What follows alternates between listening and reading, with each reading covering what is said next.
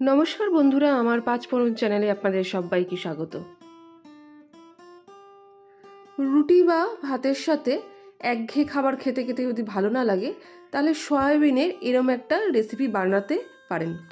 Soybean किन्तु शरीरेर जन्य खूबई एकटा उपकारी सब्जी, जा छोटो बड़ो सबाई किन्तु अनायासेई खेते पारे। सयाबिन दिये आमरा नाना रकम रान्ना करे थाकी, तबे आमी आपनादेर संगे आजके शेयर करछि सयाबिन कषार एकटा रेसिपि, तबे एकटु अन्यरकम। पुरो भिडियोटा आपनारा स्किप ना करे रेसिपिटी देखुन। आशा करी आपनादेर आमार रेसिपि भालो लागबे एबं अवश्यई कमेंटे जानाबेन आमार सयाबिन कषार रेसिपि आपनादेर केमन लागलो। साधारणत बाजारे आमरा जेसब आलू पाई ज्योति चंद्रमुखी সেই আলু দিয়ে আজকে আমি সয়াবিন রান্না করছি না। এগুলোকে বাদাম আলু কিংবা ক্যাপসুল আলু বলে। এগুলো পাহাড়ের দিকে পাওয়া যায়, বিশেষ করে নর্থ বেঙ্গলের যে ডুয়ার্স অঞ্চল আছে সেসব বাজারে কিন্তু এই আলু পাওয়া যায়। আমি সেখানেই বেড়াতে গেছিলাম, তো সেখান থেকে আমি কিছুটা আলু কিনে এনেছিলাম। তাই আজকে আপনাদের সেই আলু দিয়ে একটা রান্না আপনাদের শেয়ার করে দেখাচ্ছি। কিছুটা পরিমাণে আলু আমি ভালো করে ধুয়ে নিয়েছি। ধুয়ে মোটামুটি কুকারে একটা সিটি দেব না, একটা সিটি পড়ার আগেই আমি কুকারটা বন্ধ করে দেব, কারণ একটু ফুটে উঠলেই আলুটা প্রপারলি সেদ্ধ হয়ে যায়। কুকারে আলুটা সেদ্ধ দিতে বসিয়ে আমি কিছুটা গরম জল করে 200 গ্রাম মতন সয়াবিন গরম জলে আমি আগে থেকে ভিজিয়ে রাখছি। সয়াবিন কিন্তু গরম জলে ফোটাবেন না। অন্যদিকে এটা মশলা তৈরি করে নিচ্ছি। মশলার জন্য আমি নিয়েছি 15 গ্রাম মতন আদা কুচি, দুটো মিডিয়াম সাইজের পেঁয়াজ আর দুটো মিডিয়াম সাইজের টমেটো। আমি এখানে কোনো রসুন ব্যবহার করছি না। টমেটোগুলোকে আমি 4 টুকরো করে রেখেছি। আর এদিকে পেঁয়াজ আর আদাটাকে একটা মিক্সার গ্রাইন্ডারে সামান্য পরিমাণ জল দিয়ে ভালো করে পেস্ট করে নেব। পেঁয়াজ আর আদাটাকে ভালো করে পেস্ট করে রেখেছি।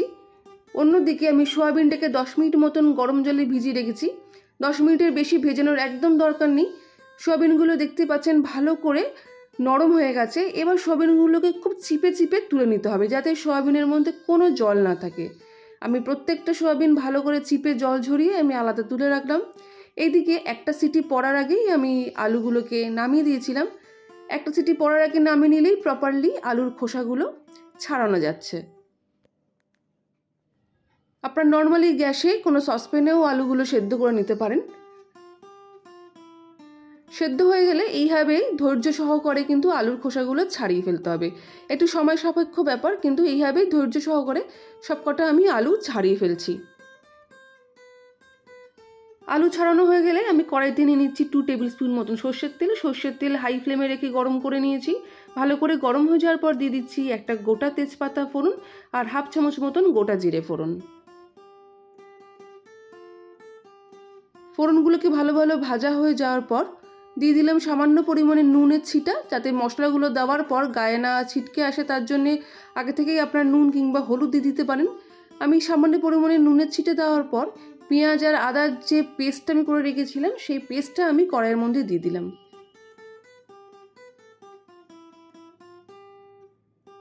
গ্যাসের ফ্লেম হাই রেখেই ভালো করে ভাজবেন, কমানোর কোনো দরকার নেই। যেহেতু আমি পেঁয়াজটা জল দিয়ে ভেজেছিলাম, তাই সেই জলটা শুকনো অবধি আমাকে এটা পেঁয়াজটা আর আদা বাটাটা কষাতে হবে।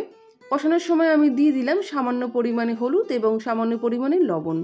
লবণ আর হলুদ দিয়ে খুব ভালো করে মশলাটা কষিয়ে নিতে হবে।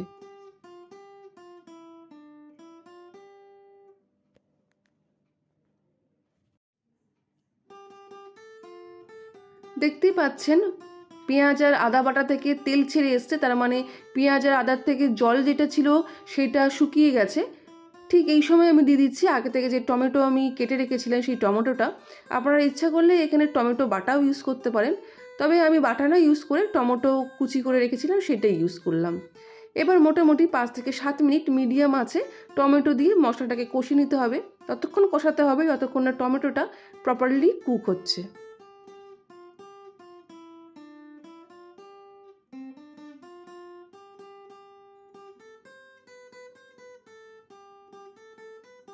টমেটোটা খুব ভালো করে কুক হয়ে গেছে এবং পাশ থেকেও বেশ সুন্দর তেল ছেড়েছে, আপনারা দেখতেই পাচ্ছেন। ঠিক এরকম অবস্থায় গ্যাসটা মিডিয়াম রেখে আমি দিয়ে দিচ্ছি 1 চামচ মতন জিরে গুঁড়ো রঙের জন্য দিয়ে দিচ্ছি 1/2 চামচ মতন কাশ্মীরি লঙ্কার গুঁড়ো, দিয়ে দিলাম 1/4 টিস্পুন মতন ঝাল লঙ্কার গুঁড়ো। অবশ্যই লঙ্কাটা আপনারা আপনাদের ঝাল অনুযায়ী দেবেন। আগে হলুদ দিয়েছিলাম, তাই হলুদের পরিমাণটাও একটু বুঝে দেবেন। আর দিয়ে দিলাম 1/2 চামচের কম চিনি আর সামান্য পরিমাণে লবণ। টমেটো দেওয়ার দরুন চিনিটা দিতে হবে, টেস্টটাকে ব্যালেন্স হবে, এবং চিনি দিলে এই রান্নার রঙটাও খুব ভালো হবে। যাই হোক, সবকটা মশলা দিয়ে মিডিয়াম আঁচে খুব ভালো করে কষিয়ে নিতে হবে।